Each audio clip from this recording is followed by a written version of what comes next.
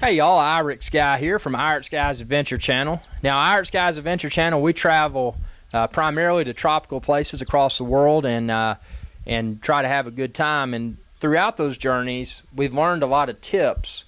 If we had it to do over, what we would do better the next time. And the place I want to talk about within this video is the USVI, the United States Virgin Islands. So the USVI, you've got St. Thomas, you've got St. John, and then you've got St. Croix. Now, I want to talk about how all of this works. So basically, if you go down there, you're probably, if you're coming from the United States, you're going to go to the Virgin Islands. Number one, I would recommend flying into St. Thomas Cyril E. King Airport. I wouldn't go the Puerto Rico route. I would just go straight into St. Thomas. Because when you're in St. Thomas, what you can do after you get your rental car, I recommend discountcarrental.bi, really good people.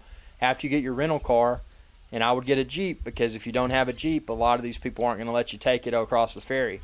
But if you're in St. Thomas, you can get on the car ferry and ferry your Jeep over to St. John, which is also the U.S. Virgin Islands.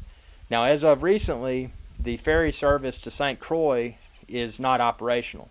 St. Croix is not a short ferry ride. St. Croix, I think, it may be close to 20 or 40 nautical miles. It's a ways out there. So your best bet would be to stay on either St. Thomas or St. John. Now, let me give you the pros and cons to each. Number one, St. Thomas, you're probably going to be able to find a cheaper place to stay. I know that when I stayed there, I stayed at an awesome, it was just a one-bedroom apartment overlooking Magens Bay, ultra awesome. But the disadvantage to staying on St. Thomas is that when you go to and from, if you want to go to St. John where the National Forest is, and enjoy a lot of the secluded beaches, you're going to be paying that ferry whether you take your Jeep over or not if you just do people ferry. And if you do that, then you're going to be limited because you're going to have transportation to and from the beaches once you get to St. John, unless all you want to do is walk around Cruz Bay area and shop. So what I would recommend doing, instead of staying, St. Thomas is perfectly great, don't get me wrong. Magens Bay is awesome. It's a very remote beach area that you'll probably love. The more resort-type beach area is called Morningstar Beach. That's where the Marriott Frenchman's Resort is. Great place to spend a day and eat on the beach. Just really good food there, really good white sand beach. And then you can go to Koki Beach on St. Thomas. It's pretty nice. It's less resort-ish than Morningstar Beach, but there's food and stuff there. And then a really cool hidden gem on the eastern side close to Red Hook is Lindquist Beach, also known as Smith's Bay Park, because that's what you see when you pull in. It'll say Smith's Bay Park. And you can check out all my videos of these places on the Irish Guys Adventure Channel. I got a USVI and British Virgin Islands playlist. So check that out and just really see what's there. But I will tell you, from my experience, I found that we enjoyed St. John more. Now, St. John, the places to stay over there were a little bit higher.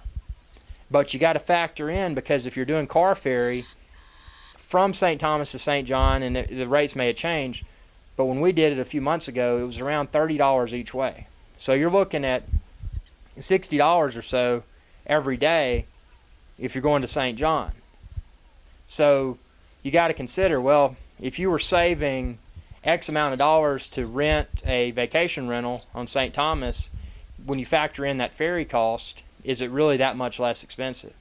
And not to mention the gas, because you're spending the gas to get from your place in St. Thomas to the ferry, and then when you get off the ferry, you're driving around St. John. So I would personally say spend a little bit more and stay on St. John. Now, where would I stay? Number one, I'm not a hotel person. I'm not a resort person. I do vacation rentals. And what I recommend is go to tripadvisor.com and type in St. John or St. Thomas if you want to stay on St. Thomas, and do the vacation rentals. Sort them by price. And then after you've got them sorted by price, look at the number of reviews. Find the ones that have the most reviews, read those reviews, even reach out through TripAdvisor to some of the people that wrote a review and say, hey, I read your review, but what about this, what about this? Ask those key questions. And more than likely, the people are going to be willing to help you out because they took the time to write the review. And pay attention to the time of the year when you're going down there, because there is hurricane season. Check to see when that is. And there's high season and low season from a cost perspective.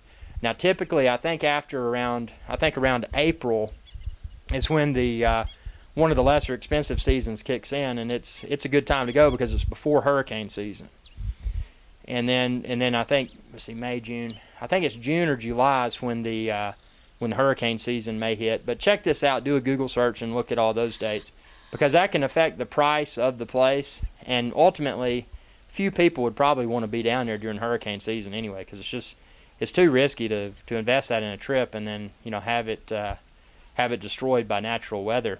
So with that being said, I would definitely stay on St. John and do the vacation rental.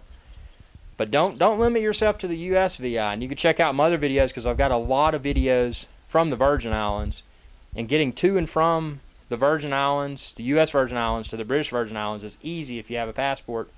You just take a ferry from either St. Thomas or St. John. You can go to Tortola. You can go to Virgin Gorda. You can go to Jost Van Dyke. And just some really cool stuff. So I welcome your feedback. Check out all my videos. Got a lot of videos from USVI and the British Virgin Islands. And subscribe. It's youtube.com/IrixGuy. And as always, share this video and any of my videos with others. And join us on Google+. We're on Google+ now, Irix Guy's Adventure Channel. Y'all have a good day.